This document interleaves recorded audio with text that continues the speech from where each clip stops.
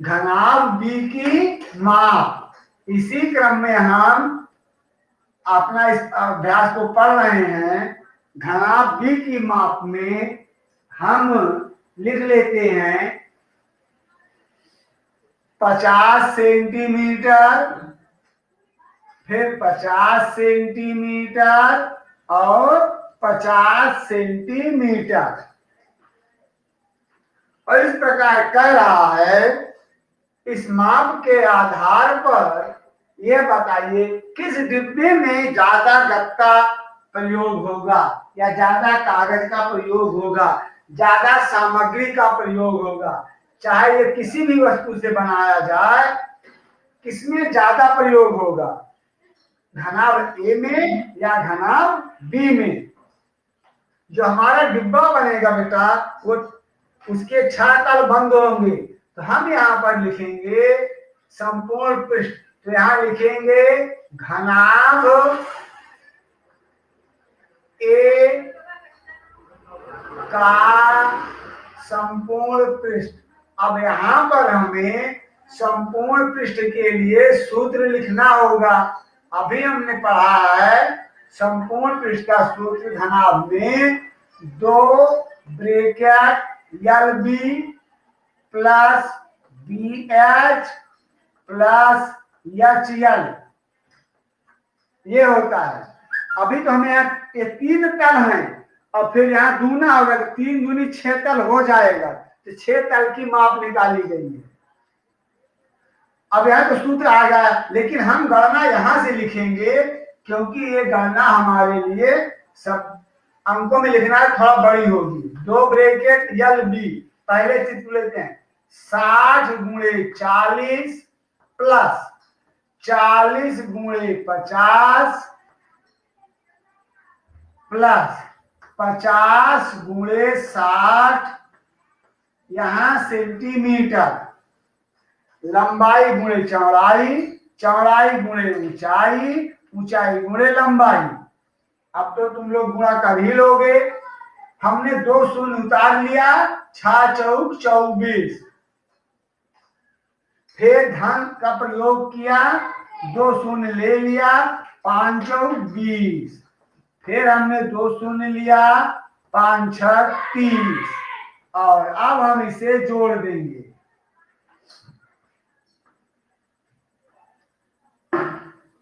2 शून्य और 4 और 2 2 4 3 7 सेंटीमीटर। आगे हम इसका गुणा करके लिख देते हैं, 2 शून्य और ये हो गया सेंटीमीटर स्क्वायर। 14,800 centimetre square. ठीक इसी तरह हम बी की भी गणना कर लेंगे। वैसे बेटा हम जो बी देख रहे हैं इसमें सभी भुजाएं बराबर हैं।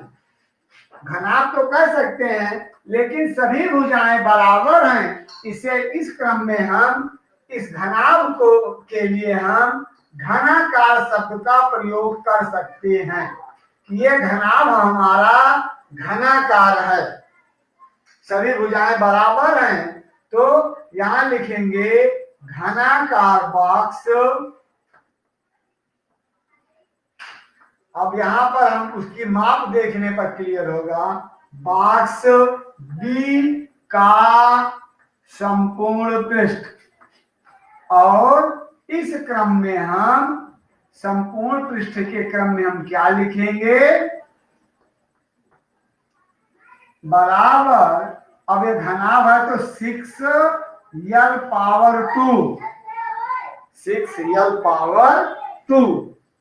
अब हम यहां लिख लेते हैं थोड़ा पीछे से, 6 गुणे 50 घात 2 वर्ग सेंटीमीटर, सेंटीमीटर का वर्ग। चलिए अभी हम इसको और आगे सरल करते हैं।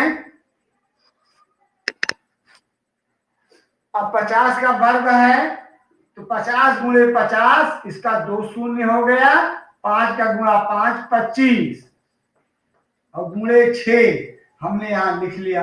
अब यहाँ गुणा कर दो, 2 शून्य ये लिख लिया, 6 पंचे 30, 6 पंचे 30 का शून्य हासिल आया 3, 6 के दूनी 12 और 3 जोड़ देंगे तो हो जाएगा 15।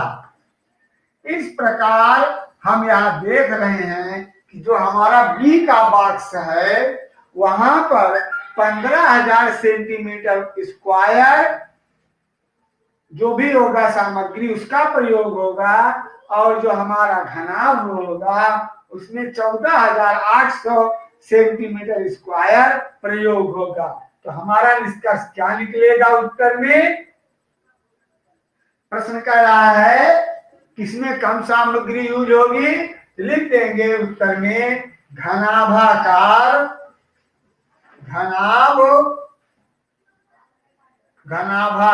बॉक्स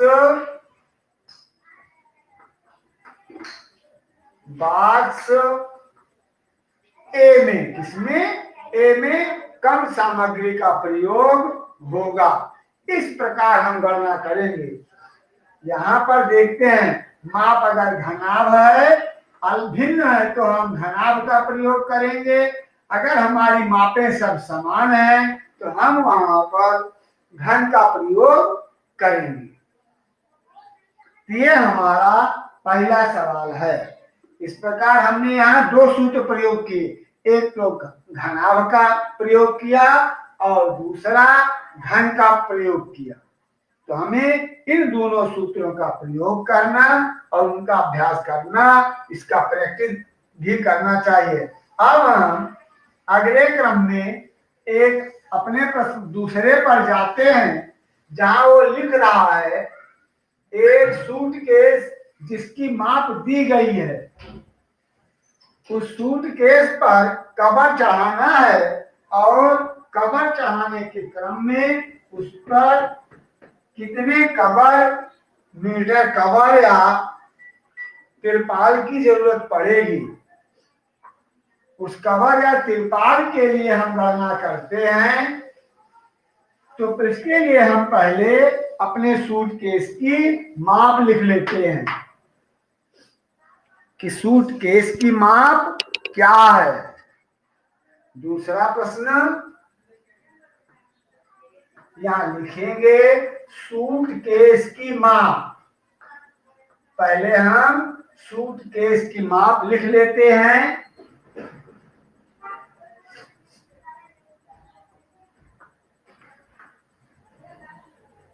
की माप लिखेंगे और माप लिखने के क्रम में जो लिखा गया है 80 48 24, 80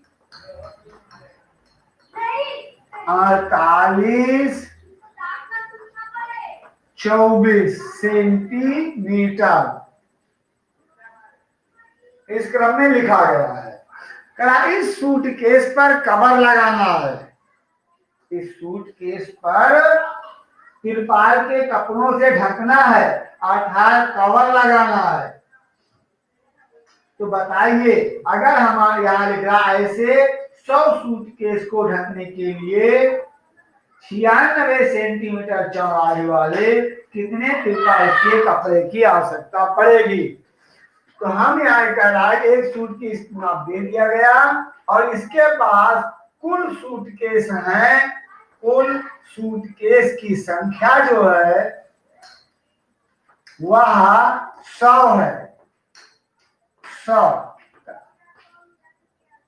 और इन पर तिरपाल चढ़ाना है। जो कपड़े की चौड़ाई है वो चौड़ाई दी गई है। जब भी हम दुकान पर कपड़े की जाते हैं हमें वहां कपड़ा लंबाई में माप कर देता है, जबकि कपड़े की चौड़ाई पहले से ही निश्चित होती है। अब यहाँ सूटकेस की माप है तो कवर कहाँ यूज करेंगे? सूटकेस की माप 80 48 और 24 है। इस क्रम से हमारा सूटकेस घनाभाकार होगा। कपड़ा कहाँ यूज होगा? कपड़ा सूटकेस के चारों तरफ यूज होगा, इस क्रम से हम इसका संपूर्ण पृष्ठ निकालेंगे। तो हम यहां पहले लिखेंगे सूटकेस का संपूर्ण पृष्ठ, सूटकेस का संपूर्ण पृष्ठ, और संपूर्ण पृष्ठ के क्रम में हम यहां पर, क्योंकि हमारा सूटकेस घनाभ है, तो सूत्र लिखेंगे 2 bracket LB plus BH plus HL, और फिर हम अपने प्रश्नों की गणना कर लेंगे। यहां से लिखते हैं अंकीय मान के लिए 80 गुणे 48 प्लस 48 गुणे 24 प्लस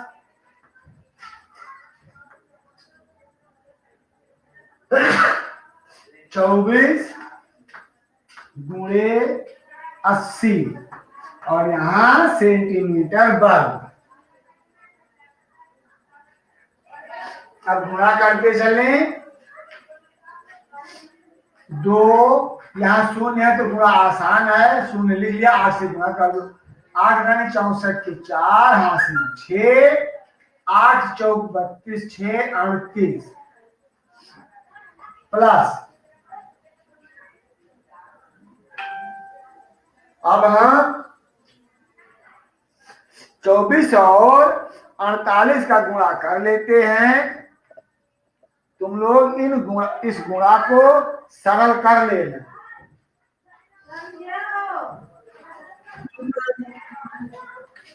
तो गुणा करके देखो कितना आ रहा है।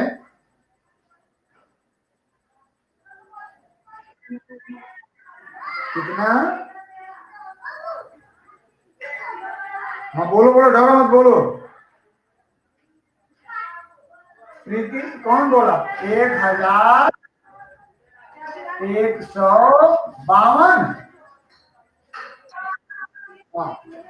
अब देखो, अब जैसे 24 और 80 का गुणा, ये भी आसान है, 0 लिख लो, 8 से गुणा कर दो, 8 चौक 32 हासिल 3, और 8 दूनी 16, 3 19,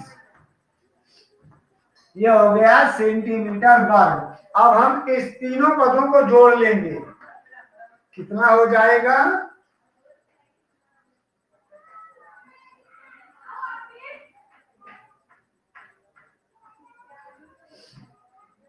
तो जोड़ के बताओ।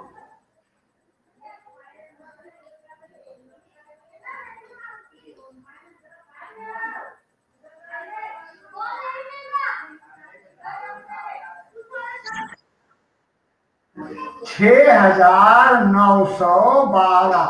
चलो हमने यहां जोड़ लिया, अब 2 से गुणा कर देते हैं, कितना होगा?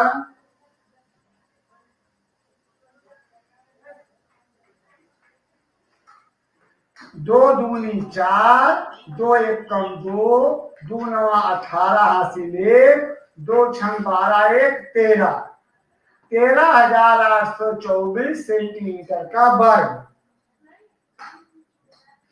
13,824 सेंटीमीटर का वर्ग। इतना समझ में नहीं? बोले बेटा, बोलो। तो अब हम आगे देखते हैं, लेकिन ये हमारे एक सूटकेस का माप है, कितने का? 1। तो 100 सूटकेस में लगे कपड़े, 100 सूटकेस में लगा कपड़ा, एक में अगर इतना है तो 100 में 13,824 गुणे 100 सेंटीमीटर का स्क्वायर। अब हम यहाँ 2 शून्य और बढ़ा देंगे, ये 24 और ये सेंटीमीटर का स्क्वायर। ये कपड़े का क्षेत्रफल हो गया। क्या हो गया? कपड़े की चौड़ाई कितनी लिखी गई? 96 सेंटीमीटर। तिरपाल की चौड़ाई क्या है? 96 सेंटीमीटर। अब हम यहाँ लिखेंगे तिरपाल की लंबाई, क्या लिखेंगे? तिरपाल की लंबाई। अब तिरपाल कैसे, यही जो हमारा सूटकेस में लगे हुए कपड़े का क्षेत्रफल है, यही तिरपाल का भी क्षेत्रफल होगा। तो क्षेत्रफल में लंबाई निकालने के लिए हम क्या करेंगे?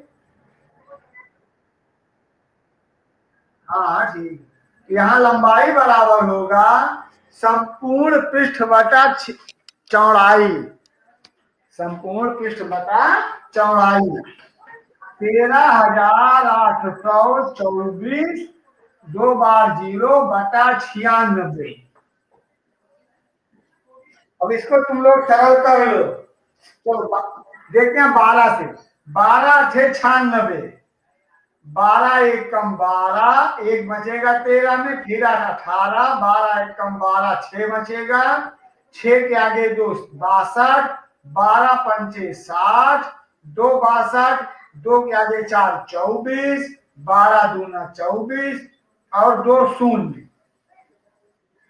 अब यहाँ 8 से काट दो, 8 से कट जाएगा, 8 का पहाड़ा 11 में, 11,500 200 बटा 8, यहाँ सरल करो।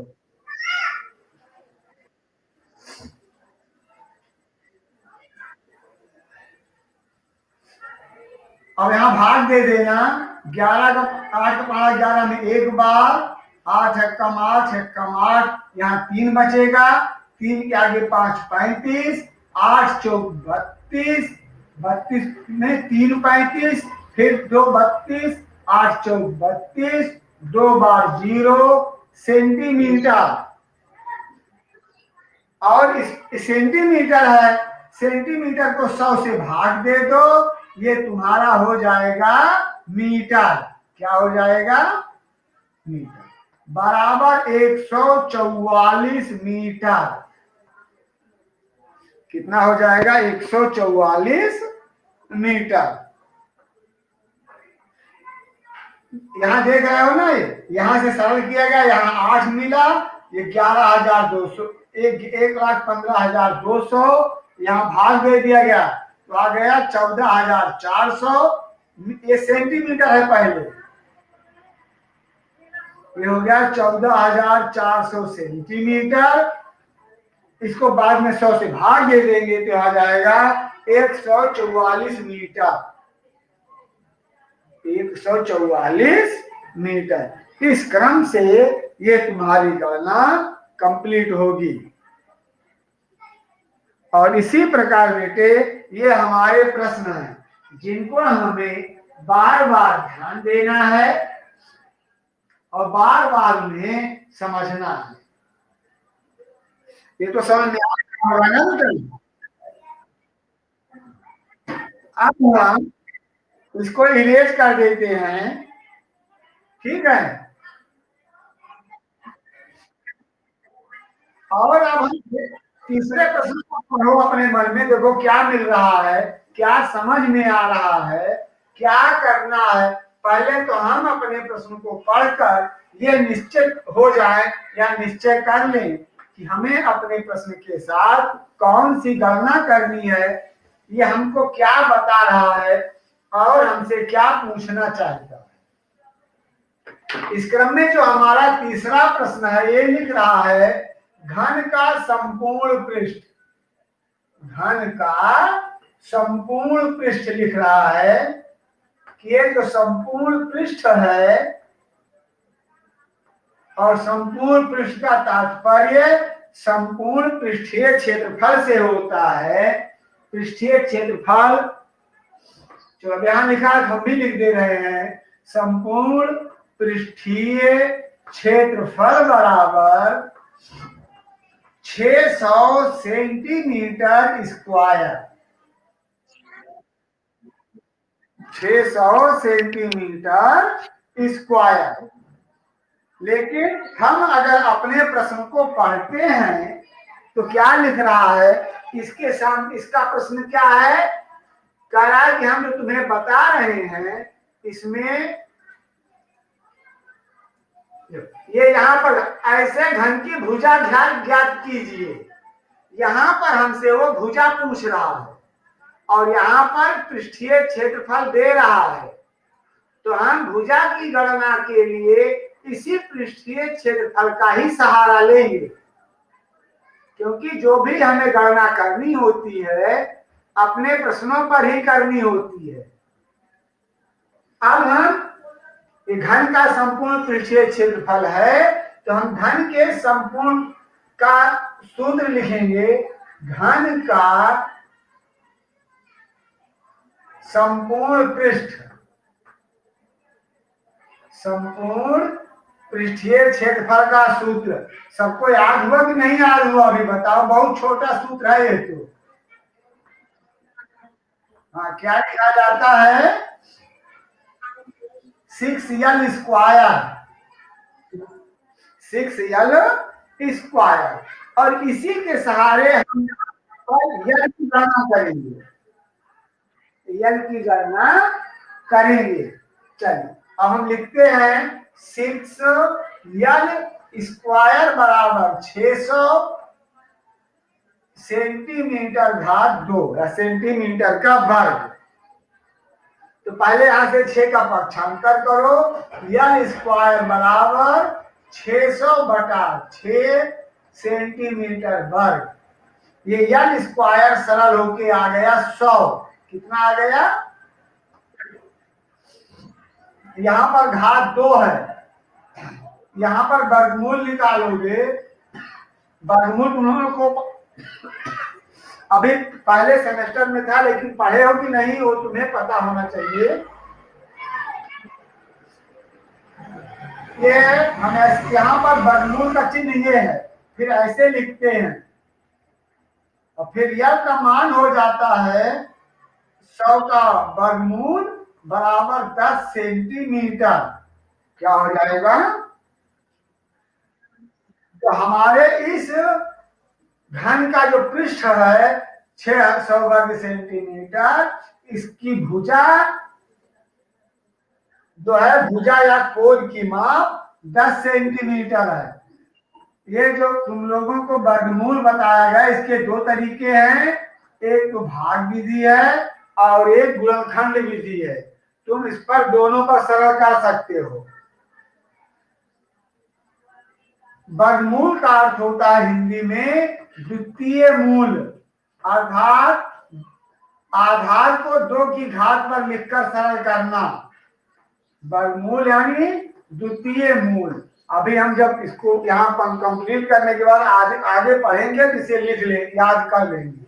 जैसे ये 5 से कटते हैं, 5 दूनी 10, फिर 5 से 5 चौक 20, फिर 2 से 2 दूनी 4, और फिर हम लिखते हैं 5 घात 2 गुणे 2 घात 2। इसी को हम कहते हैं द्वितीय मूल। इस द्वितीय मूल में हम इन घातों को खत्म कर देते हैं और आधार का गुणा कर लेते हैं। यही इस प्रकार हमें मिलता है 5 दूनी 10 सेंटीमीटर। कि हमारे आधार की भुजा हो गई 10 सेंटीमीटर। और कोई प्रॉब्लम तो इसमें है नहीं। और आगे जो हमारी गणनाएं हैं, और जो हमारे आगे की गणनाएं हैं, हम उन पर और सरल कर सकते हैं। जैसे तुम्हारा चौथा सवाल है, रुखसार ने 1 मीटर गुणे 2 मीटर गुणे 1.5 मीटर माप वाली एक पेटी को बाहर से पेंट किया है। यदि उसने पेटी के तल के अतिरिक्त सभी जगह से पेंट किया हो तो बताइए उसने कितने पृष्ठीय क्षेत्रफल को पेंट किया है। इसकी प्रश्न की भाषा को समझना ही महत्वपूर्ण है। और ऐसे ही हमारा 5वां प्रश्न है। डैनियल एक ऐसे घनाभाकार कमरे की दीवारों और छत को पेंट कर रहा है जिसकी लंबाई, चौड़ाई और ऊंचाई दी गई है। पेंट की प्रत्येक कैन से 100 मीटर स्क्वायर क्षेत्रफल को पेंट किया जा सकता है, तो उस कमरे को कितने पेंट की आवश्यकता होगी? बेटा देखो ध्यान देना यहाँ प्रश्नों को। कहा है उसने पेटी के तल के अतिरिक्त सभी जगह पेंट किया है, अर्थात उसने पेटी के तल को पेंट नहीं किया है। जो हमारे कुल 6 तल होते हैं, उन 6 तलों में से उसने केवल 5 तल ही पेंट किया है। और ठीक ऐसे ही जो हमारा 5वां सवाल है, वहां पर लिख रहा है डेनियल कमरे की दीवारों और छत को पेंट कर रहा है। छत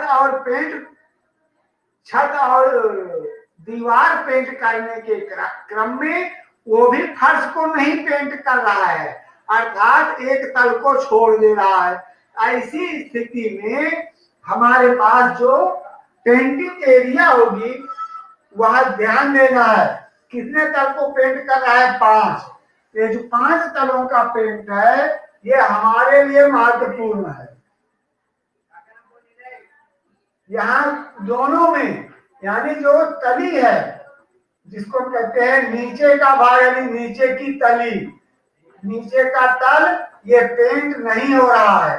और जो नीचे का तल होता है उसकी माप होती है LB। क्या होती है? LB। हमारा एक तल अगर ऊपर छत है तो भी होता है LB, ऊपर का छत हमारा भी LB होता है। नीचे का जो तल होता है हमारा वो भी LB होता है। वहां पर इस नीचे के तल को छोड़कर पेंट किया गया है, चाहे वो हमारा बॉक्स हो या कि हमारा फर्श हो, दोनों में नीचे का तल छोड़ा गया है। फर्श के लिए नीचे का तल, कमरे के लिए फर्श होगा, और हमारे बॉक्स के लिए तली होगा, या जिसको हम लोग हिंदी में एक शब्द यूज होता है पेंदा, और उसमें ऊपर का हिस्सा को ढक्कन कहा जाता है। तली और ढक्कन, पेंदा या ढक्कन जो हमारे निचले भाग में होता है, इन भागों को नहीं पेंट करेगा तो क्या पेंट करेगा? 4 दीवार और ऊपर का छत या ढक्कन। तो हम उसको कहते हैं, अगर ऐसा होता है तो उसे लिखा जाता है पार्श्व पृष्ठ। घनाभ का पार्श्व पृष्ठ, घनाभ का पार्श्व पृष्ठ यह होता है 2 ब्रैकेट L + B × H। ये सूत्र एक अलग होता है, यह उसी पर बनता है। या हम ऐसे लिख सकते हैं 2 ब्रैकेट L H + BH, क्योंकि ये हमारी दीवारें होती हैं। 4 यहां हो जाएंगे, 1 2 और 2 दूनी 4। अब यहाँ पर जो हमारा तली या पेंदा है या फर्श है, 4 ये हो गया। ऊपर हमारा छत है जो जिसको पेंट होना है, वो होगा हमारा LB। वो क्या होगा हमारा? LB। ऐसे लिख सकते हो पार्श्व पृष्ठ प्लस छत का क्षेत्रफल या ढक्कन का क्षेत्रफल या ऊपरी क्षेत्रफल। ये फर्श या तली जो LB का एक भाग है वो पेंट नहीं होगा। ये हमारी एक LB नीचे भी हो सकती है और ऊपर भी। इस प्रकार जो तुम्हारे लिए प्रश्न दिया गया है, हम चाहे चौथे को हल करें या 5वें को, दोनों को हम हल कर सकते हैं। तो इसे हल करने का अभ्यास करना, अगर नहीं आ रहा है